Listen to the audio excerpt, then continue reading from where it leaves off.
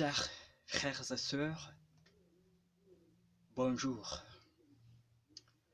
Aujourd'hui, nous sommes le 25 avril 2021. À l'occasion de la célébration du 4e dimanche de Pâques, je voudrais partager avec vous les lectures du jour. Aujourd'hui, nous trouvons la première lecture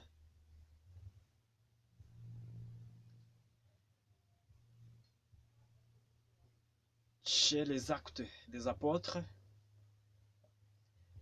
chapitre 4, du verset 8 au 12.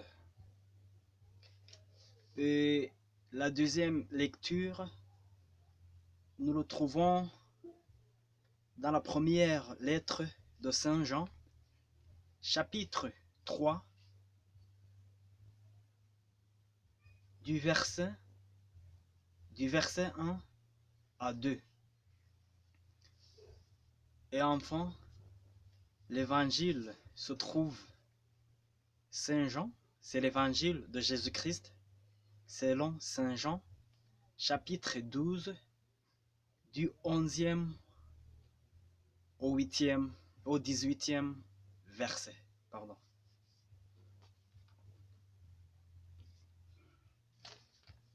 Et je voudrais d'abord commencer par lire les lectures de ce dimanche, et puis je vais après vous partager le fruit de ma prière. Oui. Normalement, dans l'Église catholique, c'est bien le prêtre qui a la charge, qui est autorisé de prêcher. Mais les autres chrétiens, les laïcs, les frères, les religieuses, tout ce monde partage la parole de Dieu. Tout ce monde ne prêche pas. Donc, dans l'Église catholique, c'est comme ça. Ça fonctionne comme ça. Moi qui suis laïque, je ne suis ni prêtre, ni religieux, mais je suis simplement chrétien. Pour la première lecture, la lecture du livre des Actes des Apôtres. En ces jours-là, Pierre, rempli de l'Esprit Saint, déclara: Chefs du peuple, eux anciens, nous sommes interrogés aujourd'hui pour avoir fait du bien à un infirme. Eux, l'on nous demande comment cet homme a été sauvé. Sachez-le donc, vous tous, ainsi que tout le peuple d'Israël, c'est par le nom de Jésus de Nazareth, lui que vous avez crucifié, mais que Dieu a ressuscité d'entre les morts. C'est par lui que cet homme se trouve là, devant vous, bien portant. Ce Jésus est la pierre méprisée de vous, les bâtisseurs, mais devenu la pierre d'angle. En nul autre que lui, il n'y a de salut, car sous le ciel, qu'un autre nom n'est donné aux hommes qui puissent nous sauver. Parole du Seigneur. Ça, c'est la première lecture. Et la deuxième lecture, première lecture de Saint Jean. Bien-aimés, voyez quel grand amour nous a donné le Père pour que nous soyons appelés enfants de Dieu, et nous le sommes. Voici pourquoi le monde ne nous connaît pas, ce qu'il n'a pas connu Dieu. Bien-aimés, dès maintenant, nous sommes enfants de Dieu. Mais ce que nous serons n'avons pas encore été manifestés. Nous le savons. Quand cela sera manifesté, nous lui serons semblables, car nous le verrons tel qu'il est. Parole du Seigneur. Et puis l'évangile de Jésus-Christ selon Saint Jean. Jésus disait aux Juifs, « Je suis le bon pasteur, le bon berger. » Le vrai berger donne sa vie pour ses brebis. Le berger mercenaire, lui, n'est pas le pasteur, car les brebis ne lui appartiennent pas. S'il voit venir le loup, il abandonne les brebis et s'enfuit. Le loup s'en empare et les disperse. Ce brebis n'est qu'un mercenaire et les brebis ne comptent pas vraiment pour lui. Moi, je suis le bon pasteur. Je connais mes brebis et mes brebis me connaissent comme le Père me connaît et que je connais le Père. Je donne ma vie pour mes brebis qui ne sont pas de cette bergerie. Celles-là aussi, il faut que je les conduise. Et les écouteront ma voix. Il y aura un seul troupeau et un seul pasteur. Le Père m'aime parce que je donne ma vie pour la reprendre ensuite. Personne n'a pu me l'enlever. Je la donne de moi-même. J'ai le pouvoir de la reprendre. Voilà le commandement que j'ai reçu de mon Père. Acclamons la parole de Dieu.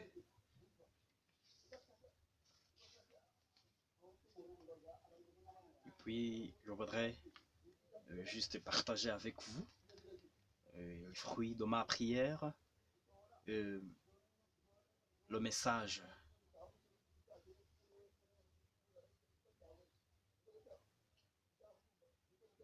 Aujourd'hui, nous célébrons le 4e dimanche de Pâques, appelé le dimanche du bon berger. Chaque année, en ce dimanche, nous lisons l'Évangile selon Saint Jean, chapitre 10, dans lequel Jésus parle de lui-même comme le bon berger. Dans ce passage,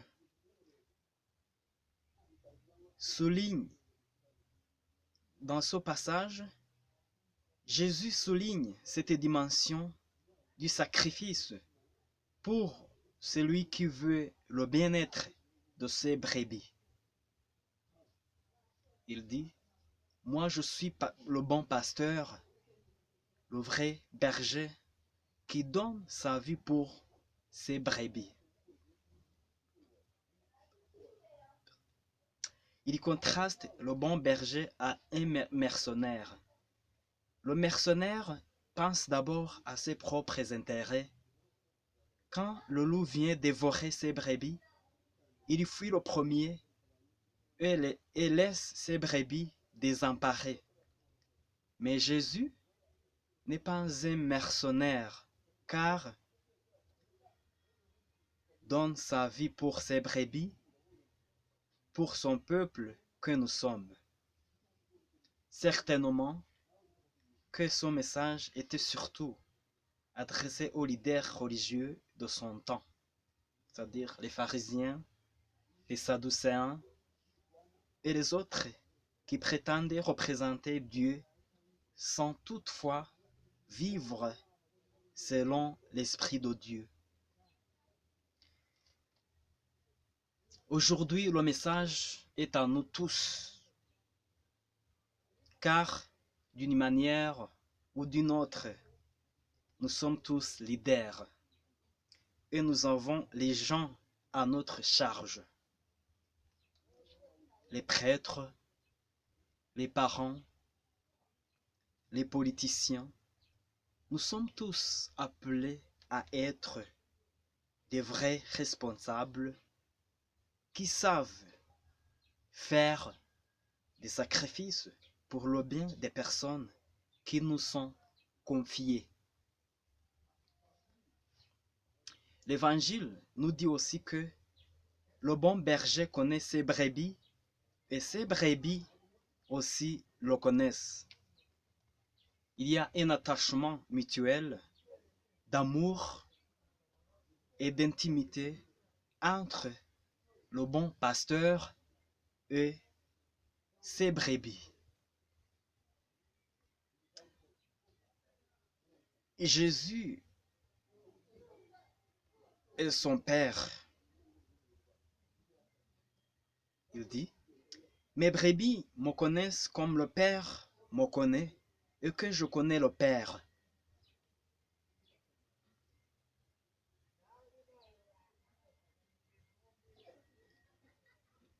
Ça, ce sont les mots de Jésus. Pour la deuxième lecture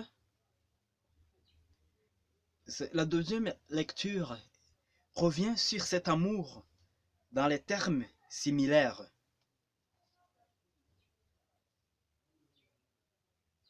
Bien-aimés, voyez de quel grand amour nous a donné le Père pour que nous soyons appelés enfants de Dieu et nous le sommes.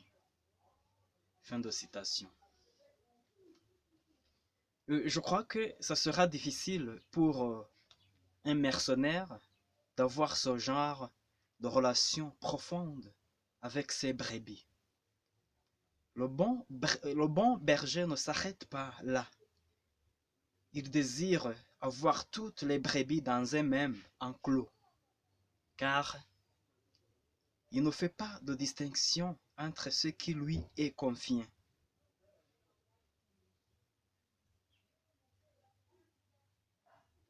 Je cite, « J'ai encore d'autres brebis qui ne sont pas de cet enclos. Celle-là aussi, il faut que je la conduise. » Fin de citation. Ici, Jésus pensait à nous, les gentils, les non-juifs.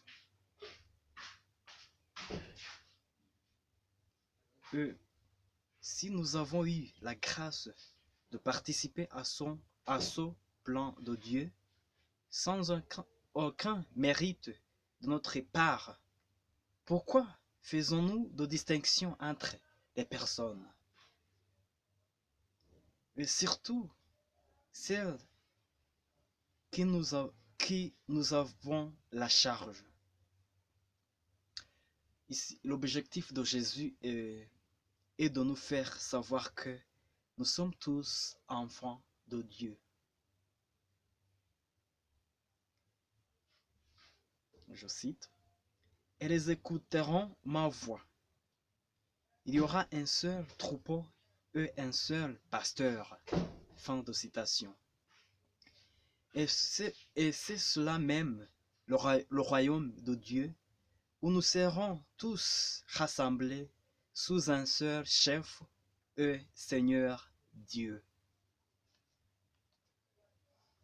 Cette préoccupation de Jésus reste la nôtre aujourd'hui comme des intendants des mystères de Dieu. Il y a des millions et des millions de personnes qui n'ont pas encore entendu le message d'un Dieu amour qui a envoyé son Fils unique mourir pour eux. Ils cherchent encore le sens et le bonheur dans leur vie, mais par les moyens qui les conduisent inévitablement à l'échec.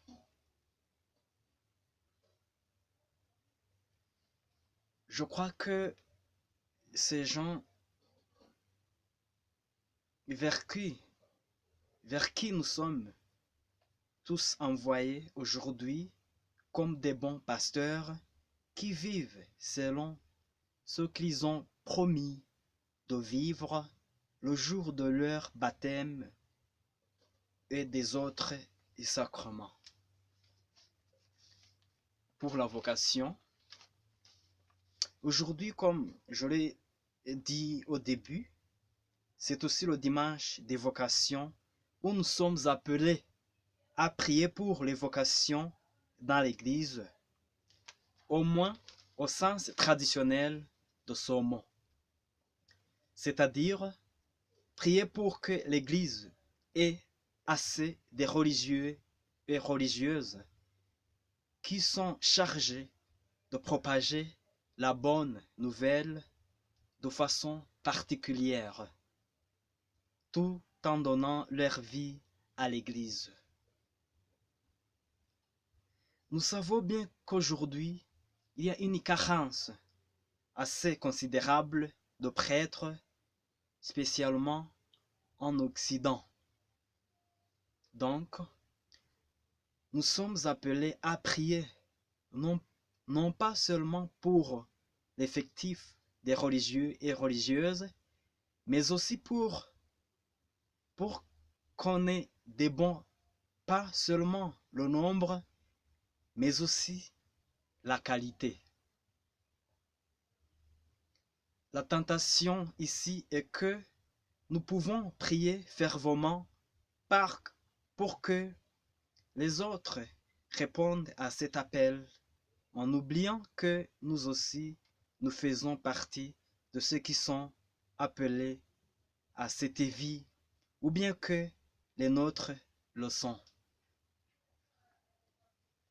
Ici, je m'adresse aux parents qui parfois deviennent des obstacles aux vocations de leurs enfants, que ce soit dans la vie religieuse ou dans la vie laïque, où nous sommes appelés à devenir des bons responsables et surtout des bons parents, car l'Église commence en famille. Quand je dis obstacles, peut-être pour me faire comprendre, je vais donner quelques exemples. Pour les religieux, l'enfant dit qu'il veut devenir prêtre. L'histoire d'un citoyen européen qui fait partie de l'extrême droit à qui on demande s'il aime les Africains, pour les laïcs, ou se marier avec tel ou tel.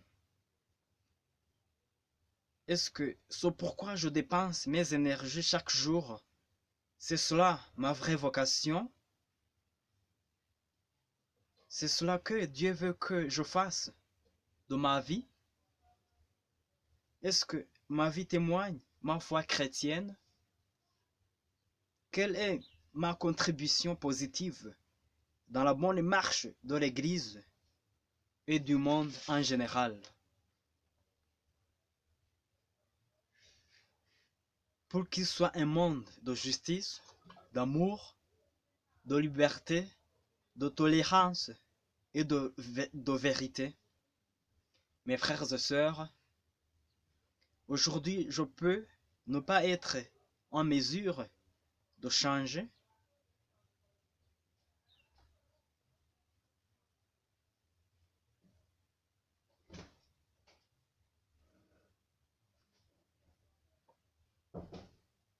Pardon. Mes frères et sœurs, aujourd'hui je peux ne pas être en mesure de changer mon état pour devenir prêtre ou religieux ou religieuse. Mais je peux toutefois contribuer matériellement à cette entreprise de Dieu. Je peux éduquer mes enfants de façon qu'ils deviennent des bons bâtisseurs de l'Église de demain en leur donnant la possibilité de devenir religieux ou des bons responsables de leur famille. Je vous exhorte donc à vivre notre vocation chrétienne sans complexe, avec joie.